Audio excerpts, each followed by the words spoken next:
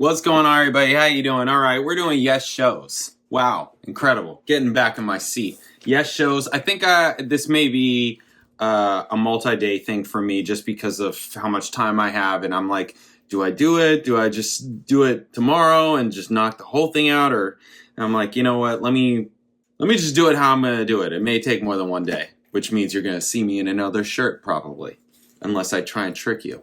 Anyways, I don't know. We'll see. But I got Yes Shows.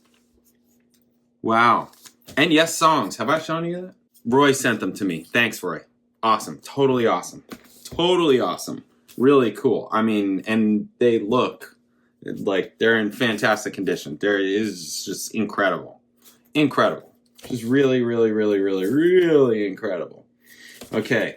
So I got that. Also, just on a totally other, not having to do with Yes thing, check out these other recordings that I found that I got recently. Because, right, we've done some of this, some Jimmy Spheris on the channel. I found it at a thrift store for like 50 cents.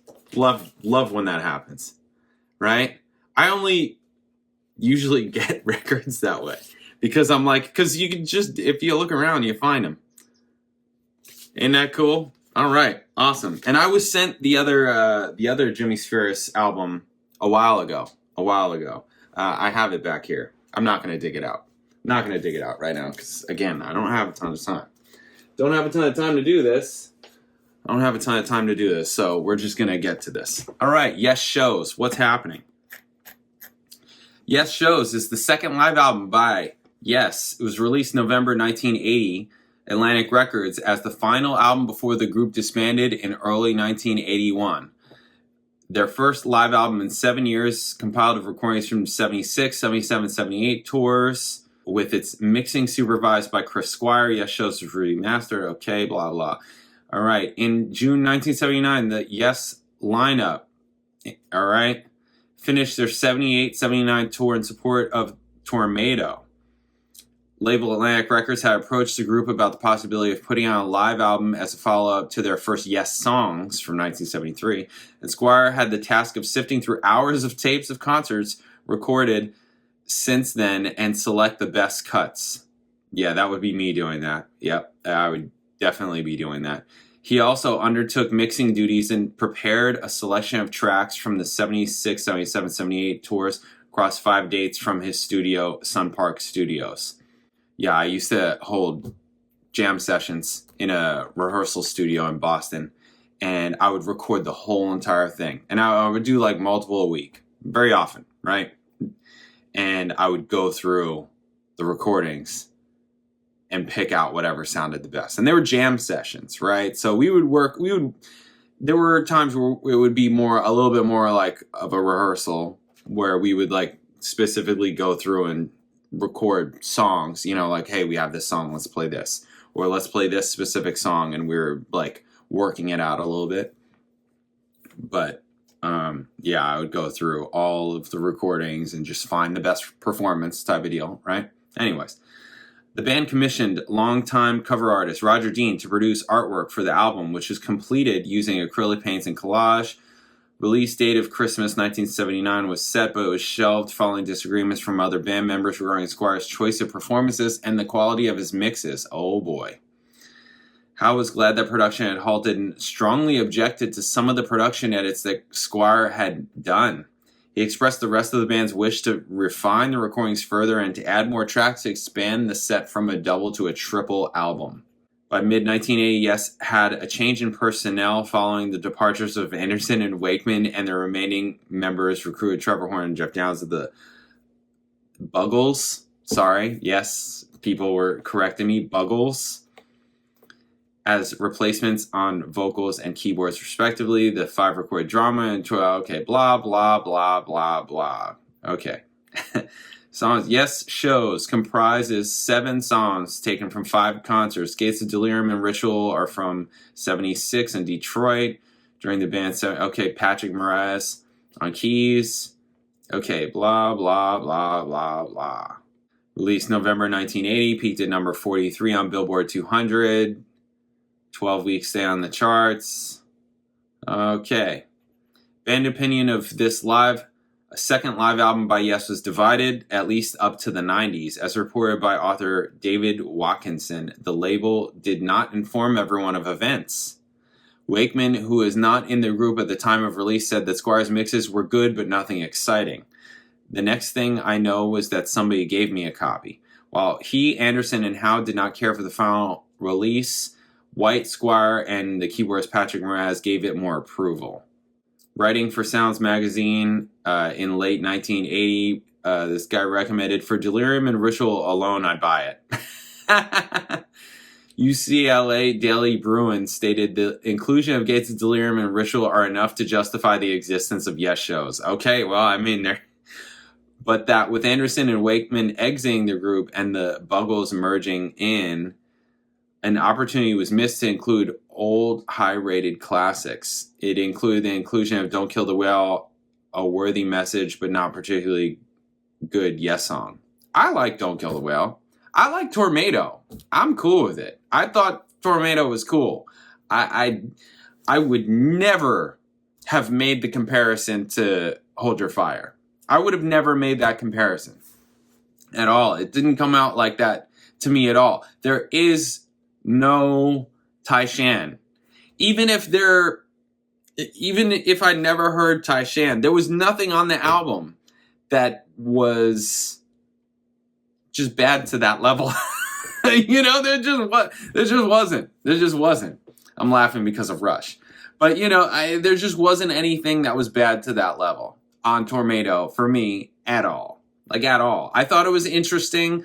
I was fine with the Mutron, right? Chris Squire Mutron. I like Don't Kill the Whale. There was a lot of tracks on there that I liked. I'm totally fine with it. Yeah, I thought it worked. Okay, so anyways, first track we're doing is Parallels, and what do we have? We have a Rite of Spring. Rite of Spring. Is that how they do their intro? Let's just get to it. This is Yes Shows. Parallels, starting this out. Let's do it. Bam.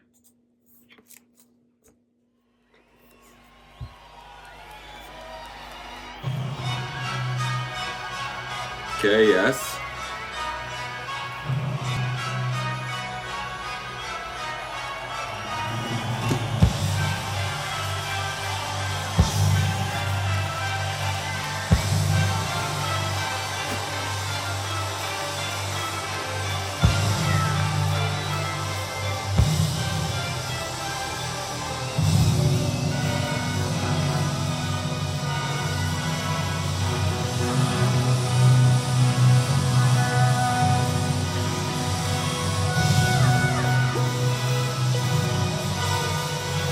Like they're mixing in with it.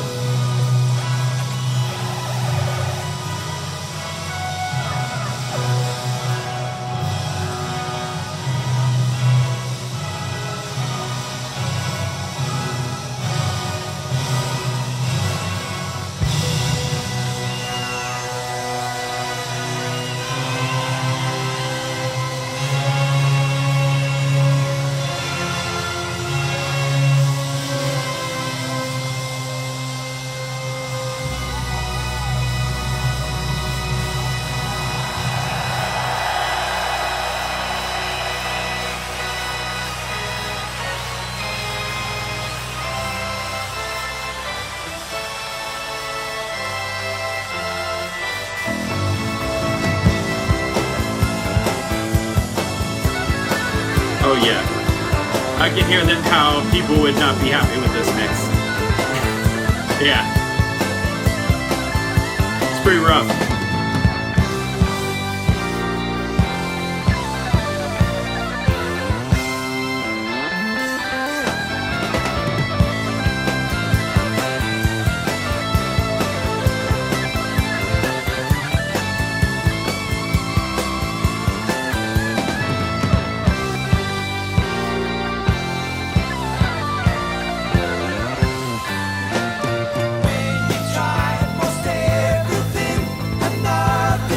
At least the vocals aren't, you know, buried or something.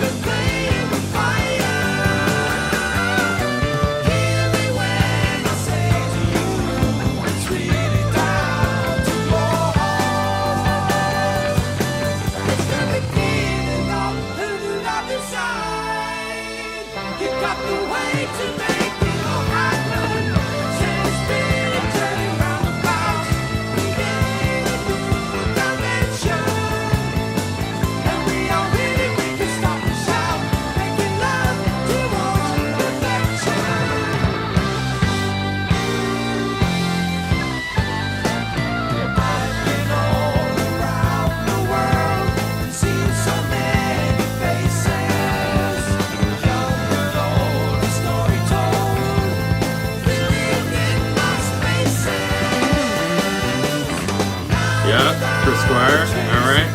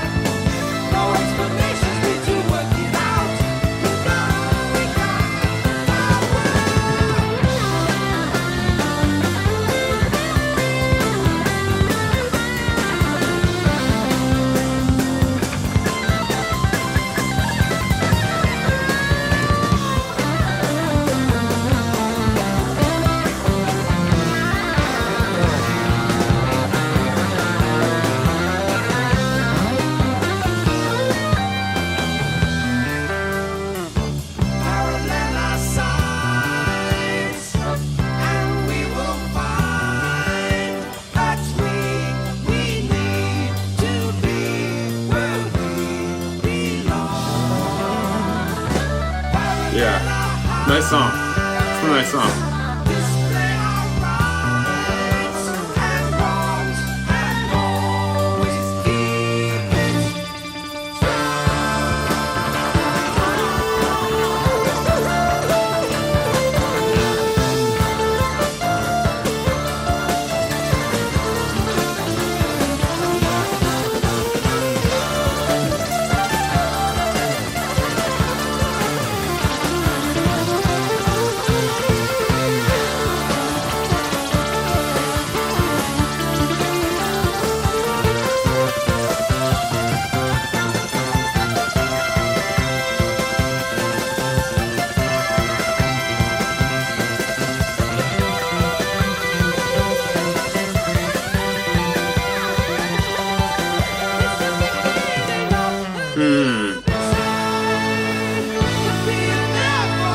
Chris Squire almost lost it in that section. You hear it? He almost lost it.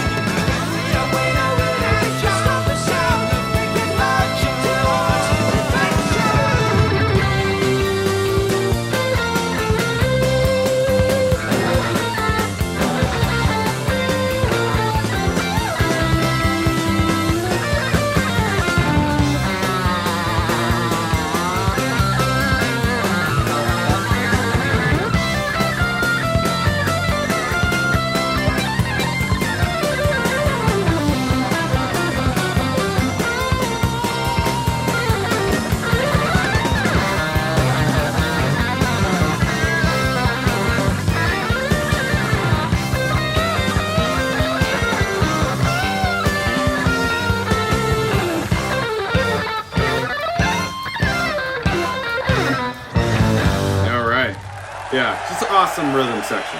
It's awesome. Alan White.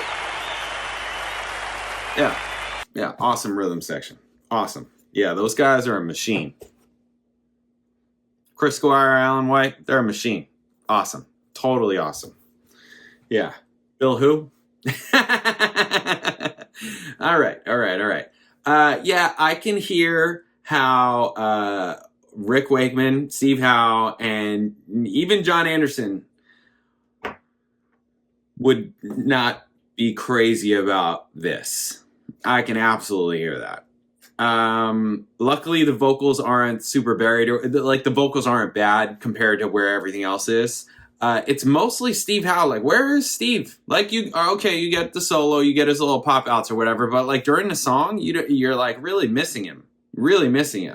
The overall kind of picture frame that you're hearing this in it's okay, but it's not like incredible. It's kind of rough. It's kind of rough. Like, maybe it's a good starting point, but it needs way more like production work. Like, way more. Like, what in my opinion, right? I mean, I'd rather have it than not have it, right? I hold that kind of, you right when things are not, especially when it's old like this. I'm always like, well, at least we have it, right? I'd rather have it than just it's gone. It's not. We don't have it. We don't have it recorded at all. I'd rather have a bad recording than no recording. Does that make sense? I'd always rather that, because it's like, well, then you can get something from it, hopefully, right? It's not just so god awful. You're gonna get something, right? You're gonna get something. If you kind of just I have a lot in my head. There are absolutely better live recordings, right? We know that, right? Absolutely better live recordings. But if you just listen to it, and when I listen to a recording, I kind of like to put myself in the room. And here it's live, so like you put yourself in the, in the audience or whatever. And it's like, okay, from what perspective am I hearing this? And just trying to visualize the people that are playing, where they are, and where their sound is coming from, and where the sound is going. And that's where it's like, what happened to Steve Howe? Where is he? Where the heck is he? It sounds like there's a lot. It almost sounds like the recording, there's like a lot of space that's there, but it's not being used. And it could be used. You can frame them better. I think the rhythm section sounds great, right? Specifically Alan White. I think that, which is a great foundation, right? You need that. It's a great foundation, but it's like the space that's up here is not being used, and the space down here is great. You got a solid foundation, right? The drums, I think, sound great. The bass sounds fine. But that's the thing. You see what I just did there? Your bottom sounds great, and it just kind of gets not as good as you go up. That's the thing. And again, you can hear, and that's also one of the reasons why I was like, well, at least the vocals aren't, because when you get up there and the vocals should be over everything, it's like, okay, at least that, I'm sure I would hope that, that if the vocals were really bad, they wouldn't have picked it, right? They would have chosen something else or not done it or something like that. Yeah, that's just how I hear it. Like the keyboards and the guitar are like the weak spots on this recording to me. They're the weak spots. You hear them when they're soloing, but like during the song, they're really back there, and how I'm hearing it, it sounds like there's space for them. It's just, you didn't put them there, which to me is like production, mixing, all that. It's like, there's all this space up here. You have all the space, but you're not giving it to them. You're just sticking them like kind of in this little, right? The keyboards are like right here.